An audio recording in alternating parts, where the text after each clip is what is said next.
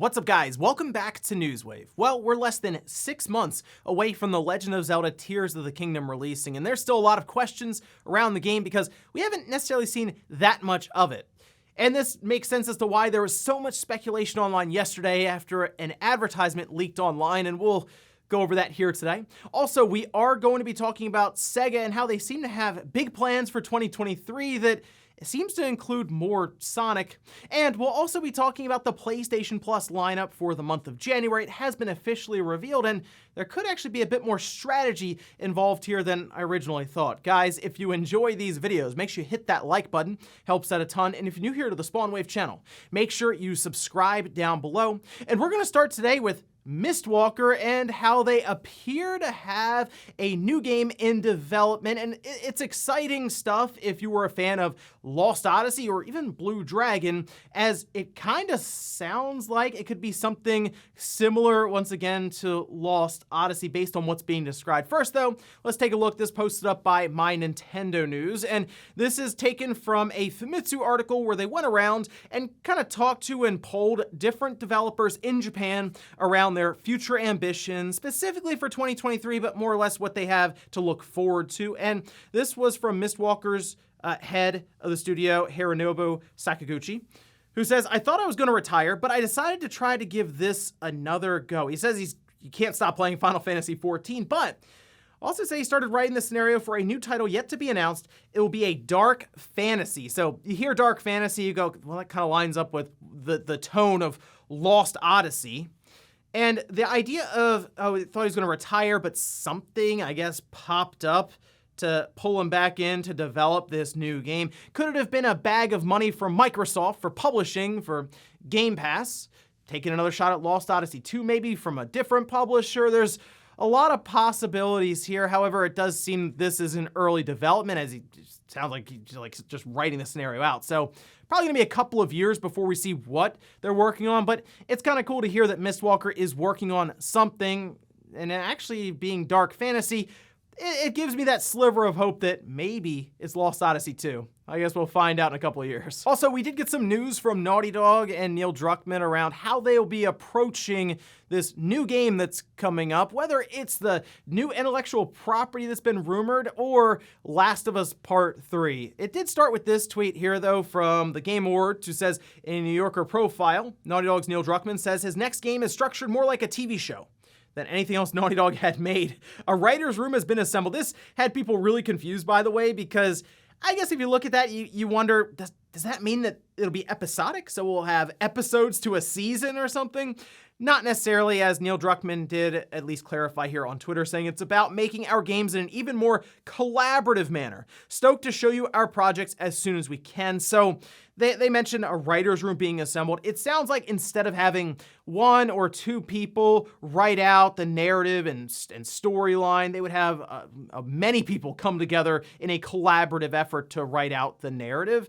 And we know that they are doing the Factions or The Last of Us multiplayer. That seems like it's next up, but I am really curious about what this new intellectual property could be, because Last of Us Part 3, to me, makes sense. I expect that, but what could a new intellectual property from Naughty Dog end up being? That's the thing I want to see. Oh, and there seems to be a new trend in gaming that's been catching on. Take a look at this. This is over on Xbox UK, because controllers deserve to feel cozy too. There's a hat and what look like little footies for the Xbox controller. This, obviously, after the hoodies for the Xbox controller sold out almost immediately. I saw people posting pictures on Twitter of their controller and, a hoodie, and I guess this is a new thing. We're kind of dressing up our controllers now. I mean, I assume that would sell because the hoodies did. I don't know if this in particular is on sale, but I guess that's the new thing now, and I don't really get it, so I'm just gonna assume I'm getting old. And guys, with some of the quick news out of the way, let's get into the bigger stuff. Let's start right away with The Legend of Zelda Tears of the Kingdom, one of my most anticipated titles for 2023, which, by the way, I've been really looking over all the games that have been announced for next year, and it's gonna be a stacked year in gaming, provided nothing major gets completely delayed out of that year. Just even like the first half is looking pretty good. But Tears of the Kingdom, clearly at like the top of most people's list to see how this game turns out, because there's still a lot of questions around this game. We really haven't seen all that much of it. I mean, you have the really cool trailer where Link is dropping out of the sky. You see him going through solid objects. He has this arm going on. So it's still a lot of speculation online, but it sort of kickstarted yesterday when an advertisement appeared on Reddit. You can see this posted up with, it's circled right there, dead center, Nintendo Switch Online advertising right underneath the logo. And what's so interesting about this is it's front and center. It's very, very prominent. In fact, it's right next to the screenshots and then the box art smushed right between them. So this, of course, got people wondering, is there something more to this game when it comes to the multiplayer aspect? And there are several examples and thoughts that have been brought up here. We'll start with the most exciting one and then kind of slap everyone with some cold hard reality on the way out of this segment. So with the Nintendo Switch Online being something that Nintendo would like to push more and more, because I mean, they're collecting money for it now, so they want to give more and more reasons for you to sign up and use it. Technically, we could see them maybe push online co-op for The Legend of Zelda Tears of the Kingdom. That would be pretty cool to see that. Think about having this large world that we have with Breath of the Wild, but then have it where you can have another person run around in that world with you and complete objectives and dungeons, and a lot of possibilities there. It's also possible that maybe it's more of an asynchronous multiplayer, something with Dark Souls or even Death Stranding. What if you could affect things that are happening in other people's worlds based on what you're doing in yours? You could also, I guess, send messages back and forth. I mean, this could be for something really, really small when it comes to interacting with other people online in Tears of the Kingdom. But the cold hard slap of reality would technically be that this is for cloud saves, because you would have to sign up for Nintendo Switch Online to get them, and I'm sure they know a lot of people will be checking out this advertisement and having that Nintendo Switch Online ad right there with it. Yeah, again, it helps them quite a bit, and they can just say, oh yeah, that's how you back up your ridiculous 200-hour save file that you have with Tears of the Kingdom. You want to make sure you're dropping $20 in the bucket per year. But I am hopeful that there is more to it than just cloud saves, because this has been, I believe, the longest we've seen between large 3D Zelda games, and it's based off of Breath of the Wild's engine, so you feel like a lot of the groundwork was already done. What is taking so long? I can look towards the pandemic and say, okay, well, that probably hung development up more than they were expecting, because they have been pushing this game out further and further. But I get the feeling there's something to this game that they're not telling us, and they would have a big blowout reveal probably 3 or 4 months before it's set to release. I'm thinking maybe this game gets its own Treehouse event or a Nintendo Direct, since they've been doing that with a lot of games that are much smaller than The Legend of Zelda. So I'm looking forward to that. Here's hoping maybe there's a bit more to it than just cloud saves, but I guess we'll find out here in a couple of months. Next up, let's talk about CES. This is taking place next week, and I thought I'd point out a product that'll be there, because this is a show where you're gonna see some absolutely ridiculous things. It's not necessarily something that most people are even going to buy because they're incredibly expensive or most times just unnecessary, but hey, they're fun to look at. Like this, for example. This is from MSI. It's the Titan GT77HX13V. Rolls right off the tongue there for advertising purposes, but it is the world's first 4K 144 hertz mini LED laptop. And they call it Titan. It's not like they're trying to hide it. This is going to be a massive, massive laptop. It's only portable in the sense that they have that word next to it in the advertising. However, feature up to 24 cores. They're expecting it to have the RTX 4000 series card installed, and it will have a 17-inch panel that apparently is being described as small. To me, a 17-inch laptop of that size, especially a gaming one, was always really, really large. And this kind of reminds me of the Asus Republic of Gamer laptops. You remember those from like 5 or 6 years ago, those things were absolute behemoths. That's kind of what I'm thinking about in my mind for this. It being this huge, bulky thing that you kind of walk around with and realize once you plant it down on a table, it's probably going to heat the whole thing up. Anyway, they did post up some of the specifications here. They're clearly pushing the display as the big selling point at CES. And having mini LED in a laptop like this, it's going to be an impressive looking display overall. But that's really what you should be expecting at CES. A lot of these ridiculous looking products that are really cool to look at, but probably not practical to actually go out and pick up. Like, I expect this laptop to be probably $2,500 to $3,000, and I might even be lowballing it there. But that, you'll see, I'm sure, a lot of virtual reality stuff, as well as there are a couple of companies that are apparently showing up with Meta Quest competitors. So it should be, I think, a pretty interesting week coming up. Next up, let's talk about Sega in 2023, as they also shared some of their thoughts and ambitions for the upcoming year with Famitsu. And we can see this over on VGC with the translation, where they say, last year was the biggest year in Sonic history, starting with the film sequel, followed by the release of the new games Sonic Origins and Sonic Frontiers, and the Netflix animation Sonic Prime. This is from studio head Takashi Lizuka, going on to say, this year we are preparing a second wave that will delight fans and maintain the momentum. We have already announced the distribution of additional content for Sonic Frontiers, but there is plenty more to come, so stay tuned. And you know what? Sonic Frontiers continues to sell pretty well for them. I know they've already discounted it quite a bit. At one point it was like half off, but still, in their mind, this is a huge push for Sonic right now. The success of the movie,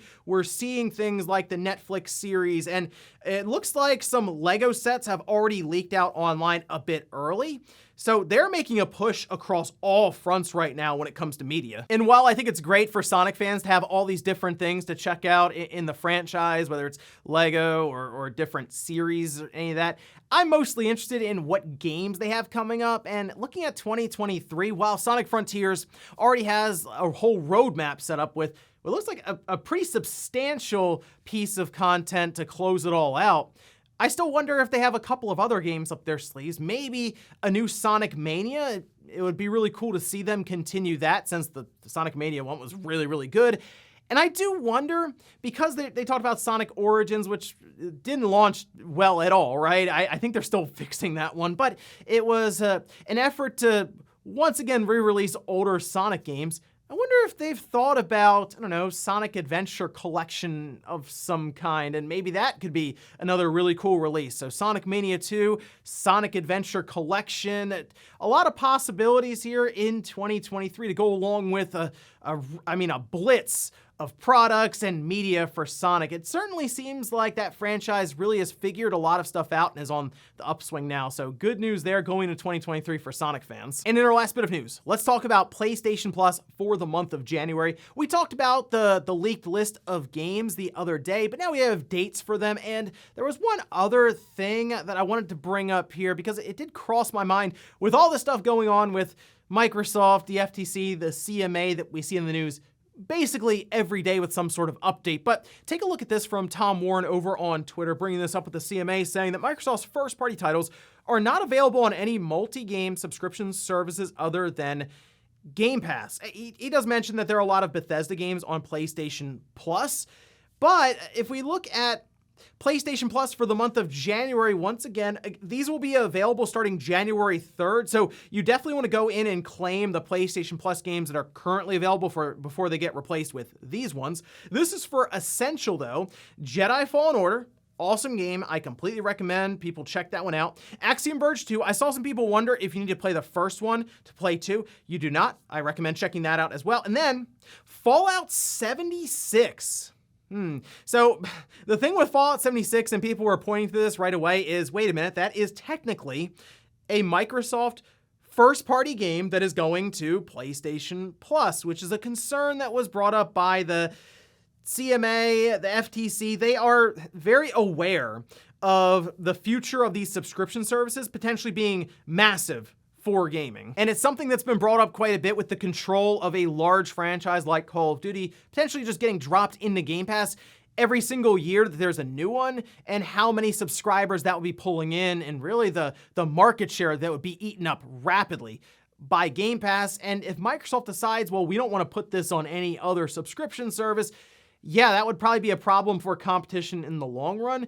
However, we have seen Microsoft mention that they would be fine putting Call of Duty on PlayStation Plus, although I do wonder what kind of check they would ask for from Sony to do that. But here we have Fallout 76 going to PlayStation Plus, so it does seem that while I'm sure this has been planned out for a little while, the timing is interesting to say the least here, and Sony would have agreed to, well, pay money to get Fallout 76 there anyway, but it's still something about this lining up with some of the statements from the CMA and the FTC seems a little too on the nose. But as has been mentioned, it isn't the first time that Bethesda games have been on PlayStation Plus or PlayStation Now, but this would be one of the first big ones that technically comes after the acquisition of Bethesda and ZeniMax for Microsoft, so probably just working to, once again, push more and more in their favor for having this deal go through with the FTC and the CMA eventually approving it. But hey, at